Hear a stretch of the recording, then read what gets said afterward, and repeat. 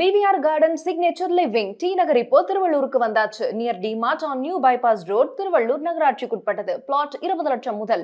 Contact 9955518814. Health cafe Tamil viewers அனைவருக்கும் வணக்கம். நான் டாக்டர் நித்யா, சித்தா ஃபிசிஷியன். நம்ம உடலில் நம்ம உணவு எடுக்கிறோம், டைஜஷன் ஆகுது, தேவையற்ற கழிவுகள் நமக்கு யூரின் மோஷன் மற்றும் வியர்வை மூலமாக வெளியேற்றப்படுது. ஸோ இதில் முக்கியமான ஒரு கழிவு தான் யூரிக் ஆசிட் அப்படின்னு சொல்கிறோம். இந்த யூரிக் ஆசிட் அப்படின்னு சொல்கிறது நம்ம உடலில் எப்படி ஏற்படுது, எப்படி உடலுக்குள்ளே வருது, இது எப்படி வெளியேற்றப்படுது, அல்லது இது வெளியேற்றப்படாமல் நம்ம உடலையே தேக்கம் ஏற்பட்டால் எந்த மாதிரியான பிரச்சனைகள் ஏற்படும்.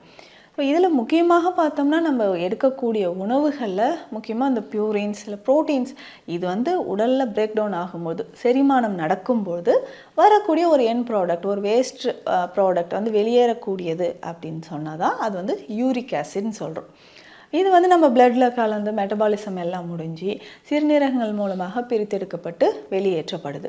ஆனால் சிறுநீரகங்கள் பாதிப்பு இருக்கக்கூடிய நிறைய நபர்களுக்கு பார்த்தோம்னா சரியாக கிட்னியில் ஃபில்ட்ரேஷன் நடக்காததுனால பிளட்டில் நமக்கு என்ன ஆகுது, யூரிக் ஆசிட் லெவல் அதிகமாக ஆரம்பிக்குது. ஸோ இது ரொம்ப ரொம்ப கவனமாக பார்த்துக்கணும். சிலருக்கு கிட்னி ஃபங்க்ஷன் நார்மலாக இருந்தாலும் யூரிக் ஆசிட் லெவல் அதிகமாகுது. ஸோ இது என்ன ஆகும்னா கிறிஸ்டல்ஸ் மாதிரி, ஒரு ஸ்டோன் மாதிரி அங்கங்கே நமக்கு படிய ஆரம்பிச்சிருது. அதாவது எப்படி நம்ம கற்கண்டு மாதிரின்னு வச்சுக்கோங்க. ஸோ அந்த கற்கண்டு மாதிரி நமக்கு என்னென்னா ஜாயின்ஸில் தான் மெயினாக நம்ம உடலில் இது டெபாசிட் ஆக ஆரம்பிச்சிடும். ஸோ இந்த யூரிக் ஆசிட் லெவல் நம்ம உடலில் அதிகரிச்சதுன்னா எந்த மாதிரியான அறிகுறிகள் இருக்கும்? முக்கியமாக கால் பெருவிரலில் ரொம்ப வலி இருக்கும். கவுட் ஆர்த்ரைட்டிஸ் அப்படின்னு சொல்லுவோம். ஏன்னா இது ஒரு வருடம் 2 வருடத்திற்கும் மேலாக இந்த கவுட் ஆர்த்ரைட்டிஸ்னால பாதிக்கப்பட்டவங்க கேட்டால் கரெக்டாக சொல்லுவாங்க. காலில் ஒரு ஷூ போட முடியல, செப்பல் போட முடியல, கால் ஊனி நடக்க முடியல. ஸோ இதுக்கு பயந்தே உட்காந்து வெயிட் கெயின் ஆகிடுச்சு அப்படின்ட்டு. ஸோ கொஞ்ச நாளுக்கு அப்புறம் சிறுநீரகங்கள் பாதிக்கப்படுவதற்கும் வாய்ப்பு இருக்குது. நம்ம உடலில் அந்த கவுட் ஆர்த்ரைட்டிஸ் அப்படின்னு சொல்கிறது நம்ம காலில் பிக்டோ இருக்கு இல்லைங்களா, அது சேரக்கூடிய இடத்துல மெட்டாடார்சல் ஜாயின்ஸில் அதிகமான பெயின் வர ஆரம்பிச்சிடும். பெருவிரல் ஒரு சைடாக நமக்கு லேட்ரல் சைடில் பெண்ட் ஆன மாதிரி இருக்கும். ஸோ கால்களுக்கு தேவையான கரெக்டாக ஒரு காலணி அணிய முடியாத மாதிரியோ நடக்க முடியாத மாதிரியோ ஒரு நிலை ஏற்படும். கொஞ்சம் நல்ல ஃப்ளாட் ஃபுட் ஏற்படவும் வாய்ப்புகள் இருக்குது. ஸோ யூரிக் ஆசிட் லெவல் அதிகமாகும்பொழுது அடுத்தது நீ ஜாயின்ஸ்லேயும் மூட்டுக்கள்லேயுமே வலி அதிகமாகி அங்கேயுமே யூரிக் ஆசிட் டெபாசிட் ஆக ஆரம்பிச்சிடும். இந்த கவுட் ஆர்த்ரைட்டிஸ் இருக்கவங்களுக்கு சிம்டம்ஸ் அப்படின்னு பார்த்தோம்னா வலி ரொம்ப அதிகமாக இருக்கும். காலில் அந்த விரல்கள் அதிகமான வலியோ, இல்லை நம்மளால் தினம்தோறும் நடக்கிறதுக்கு சிரமம் இருக்கிறது, ஒரு ட்ரெஸ் ரொம்ப நாளாக பார்த்தோம்னா இந்த யூரிக் ஆசிட் லெவல் அதிகமாக இருக்கிறவங்களுக்கு ஒரு ஃபீவர் இருந்துக்கிட்டே இருக்கும். ஃபீவர்னால் ஒரு காய்ச்சல் வந்துக்கிட்டே இருக்கிற மாதிரி. அதுக்கப்புறம் அந்த காலில் நம்ம ஏதாவது ட்ரெஸ் பட்டால் கூட அதிகமான வலி ஏற்படுற மாதிரி இருக்கும். ஸோ இதை எப்படி நேச்சுரலாக இந்த யூரிக் ஆசிட் லெவலை குறைக்கலாம்? ரொம்ப ரொம்ப சிம்பிளான ஒரு விஷயம்தான். நம்ம உணவு முறை மூலமாகவே இதை நல்லா குறைச்சிக்கலாம். ஸோ தொடர்ந்து ஒரு 30-40 நாட்கள் இந்த உணவு முறையை நம்ம ஃபாலோ பண்ணாலே யூரிக் ஆசிட் லெவல் நம்ம உடலில் குறைய ஆரம்பிச்சிடும். ஸோ ஃபஸ்ட்டு பிளட் டெஸ்ட் எடுத்துடணும்.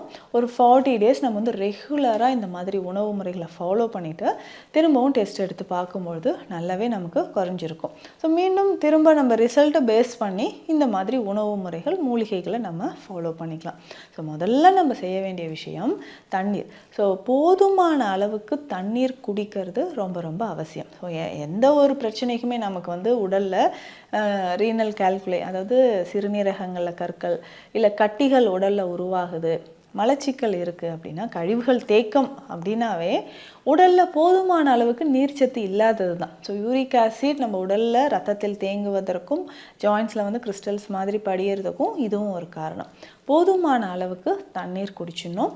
இதில் முக்கியமாக பார்த்தோம்னா வெட்டிவேர். ஸோ தவறாமல் வெட்டிவேரை நம்ம பயன்படுத்தலாம். வெட்டிவேர் எப்படி பயன்படுத்தணும் அப்படின்னா, இரவே 1 லிட்டர் அளவுக்கு தண்ணீர், இதில் ஒரு 2 கைப்பிடி அளவு வெட்டிவேரை எடுத்து சின்ன சின்னதாக கட் பண்ணி தண்ணீரில் போட்டு மூடிடணும். இப்போ இரவு முழுவதும் அதை நல்லா தண்ணீரோட ஊறின பிறகு இதை நம்ம ஒரு 5 to 7 minutes, 5 to 7 நிமிடங்கள் அந்த தண்ணியை காலையில் ஹீட் பண்ணி வச்சிடணும். ஸோ ஹீட் பண்ணிவிட்டு வடிகட்டிட்டு இந்த தண்ணீரை தான் நம்ம வந்து தாகம் எடுக்கும்போது அந்த நாள் முழுவதுமே நம்ம பயன்படுத்திக்கிட்டே வரணும். ஸோ இந்த வெட்டிவேர் தண்ணீரை குடிக்கும்போது உடலில் என்ன மாற்றம் நடக்குது அப்படின்னா கழிவுகள் வெளியேற ஆரம்பிக்கும். ஸோ உடலில் ரத்தத்தில் இருக்கக்கூடிய கழிவுகள் வெளியேறும்.